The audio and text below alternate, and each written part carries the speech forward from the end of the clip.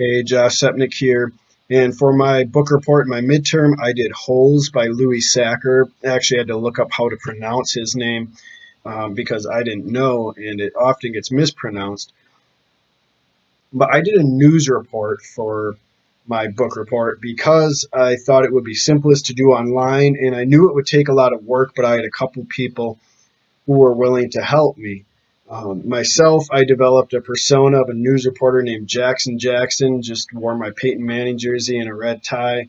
I had some fun with it, but I stuck to the facts of the story, the characters, the events, and that is one thing I think that I tied in with young adult literature is that um, teenagers want, and even younger than teenagers, want characters that they can relate to. They want to enjoy reading, but almost more than that, they want characters that are going through things that they have gone through or that they are going through and have been victorious over them. And that really happens in Holes in a very obvious way.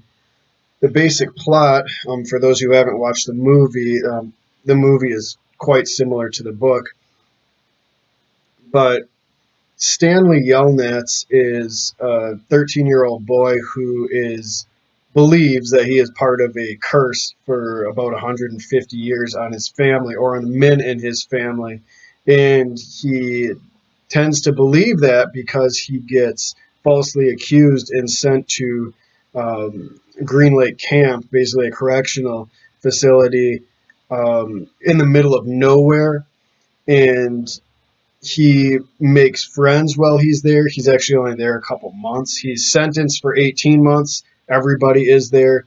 Um, but he only serves a couple of months.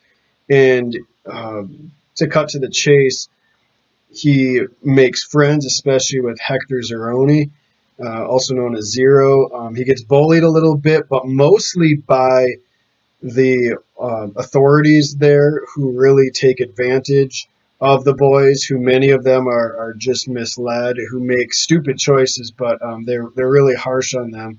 And the authorities there are actually ex-cons themselves. The book is called Holes because the boys have to dig a hole every day, 5 foot in diameter and 5 feet deep, and that's basically their assignment. They got to dig a hole, and they don't realize it. But what they're doing is they're searching for a buried treasure. Well, interestingly enough, that treasure was buried there by Stanley's, I believe it's great great grandfather or great grandfather, like 100 years earlier. And in the end, him and Hector end up discovering it, and the authorities get in trouble, and him and Hector receive a substantial amount of money. The family curse is basically broken, and it rains for the first time in like 100 years in Green Lake. So, like I said, if you want to know more, you could read the book or just watch the movie's almost 2 hours long, but it really does a good job of sticking to the script.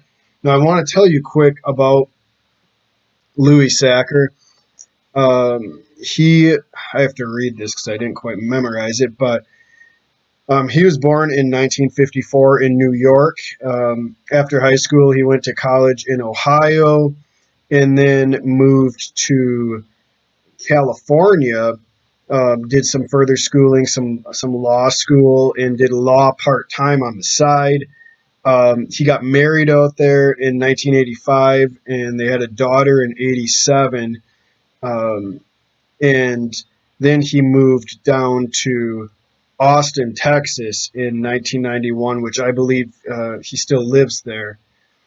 But uh, he also wrote his first book in 1976, his first children's book called Sideways Stories from Wayside School. It's over 2 decades before he wrote Holes.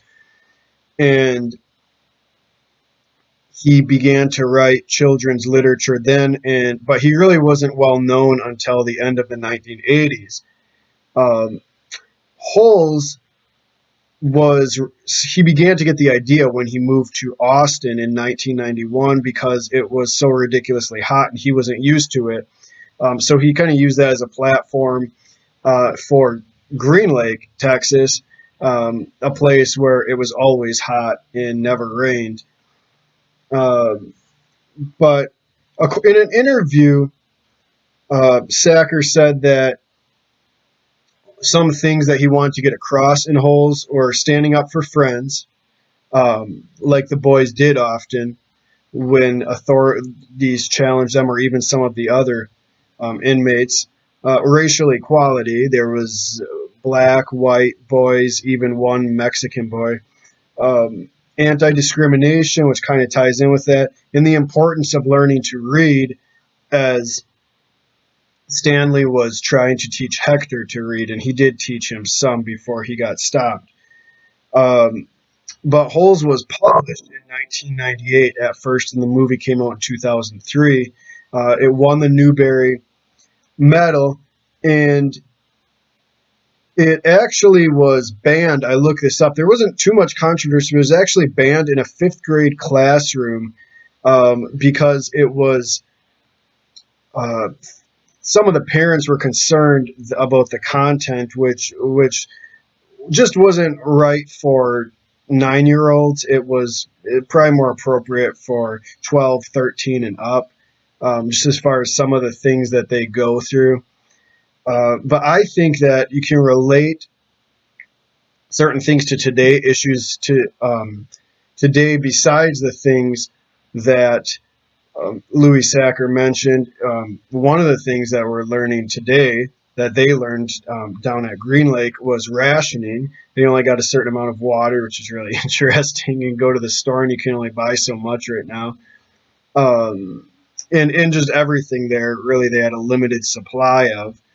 Um, Bullying, which has become big in recent years, was an issue in Green Lake Camp, and then also abuse by adults, which has become a growing concern, obviously, in these days. And there's adults taking advantage of their position and not talking about disciplining, but just being overbearing and being cruel, like the guards were, the counselors were to the inmates.